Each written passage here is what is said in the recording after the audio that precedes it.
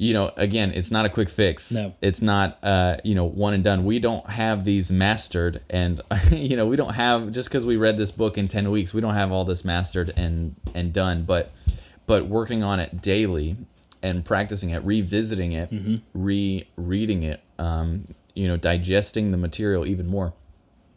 Eventually, like he says here, we plant the seed, and eventually it's gonna grow into something pretty big. That's right. And it's gonna have a long-term beneficial impact later down the road in life. Right. So he ends the chapter with this quote here: "By centering our lives on correct principles and creating a balanced focus between doing and increasing our ability to do, we become empowered in the task of creating effective, useful, and peaceful lives for ourselves and for our posterity." Yeah.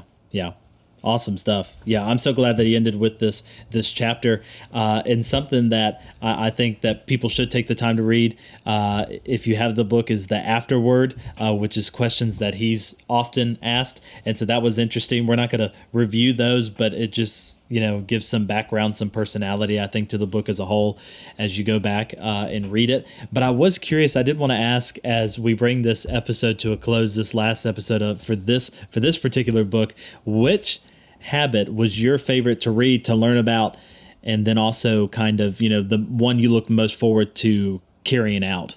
Right. Yeah, that's a great question. I think probably my favorite one Can I guess before you say it? Yeah, sure, guess. I don't know this for sure. I just wanted to guess. Is it Synergize?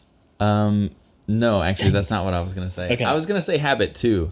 Okay, yeah. Because I think this is the one, at least for me, I think this is probably the one that I have maybe the most trouble grasping, and not because I don't want to, but it's one of those things. It seems to me to be the hardest one to carve out the time to do. Yes, it's the one that is probably like almost the most quadrant 2 of them all. Like, you have to carve out the time. It's not going to happen on its own.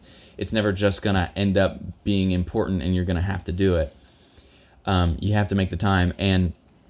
But I think if me personally, if I were to get this one down, there would be so much less wasted, I think, time. Yes. You know what I mean? It basically, I would never be worried about, am I wasting time doing this or doing that?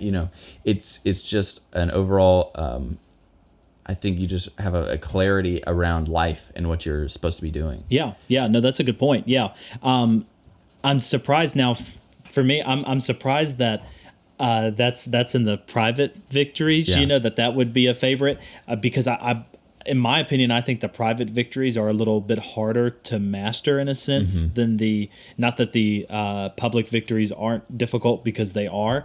My favorite is in the public victories, which is Habit 5, to seek to understand. And I see, just as I try to do that, how much already in small ways, how that has helped, friendships, relationships, is particularly with my wife as well. When she has moments of, being distraught or anger or whatever it may be, trying to understand, and it takes a lot of pressure off of you, because you're no longer fighting to be understood, but you're seeking to understand. And so that's a really good, since that's the first, since that's the second habit out of those public victories, I think it also, in my opinion, is the most impactful, and one that you can begin right after you learn about it to try to practice and do. Yeah. So that was my favorite. And that's an interesting thought about that one, is that, following that habit, you don't have to think of what to say. No. You don't have to try and be like, oh my gosh, what am I going to say? I got to say something really, really wise or something, or smart, or you know what I mean? You're not about trying to figure out what you're going to say. Right. So it takes one less thing out of the equation where, you have that opportunity to maybe, say something maybe you shouldn't have said, or try and say something, you feel pressured to say something smart or wise or helpful in the moment. Yeah. When you can just listen and learn and try to understand first. Yeah, that's a really good point. Yeah, but I do love Habit 2 as well. Like you said, it clarifies your life so much. It focuses it so much. You stay concentrated on the things that really, really matter, the things you want to be remembered for. Right. I would say one of the more difficult habits. Yeah. But I'm glad that you brought that up because that is a really good one. Yeah, yeah. Well, that pretty much does it.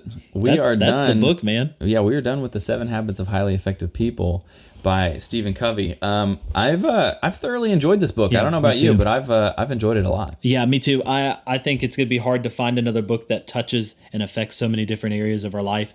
I'm super excited to go into Bob Goff's book. It's going to have a little bit different spin. He's definitely a different writer than Stephen Covey, so being able to break those down, it's going to be a lot of fun. Yep. So next Monday, will be the first episode of Bob Goff's Dream Big. And then from then on, it'll be daily episodes until we finish that book. So next Monday, you have a week to pick up the book and follow along with us. That's right.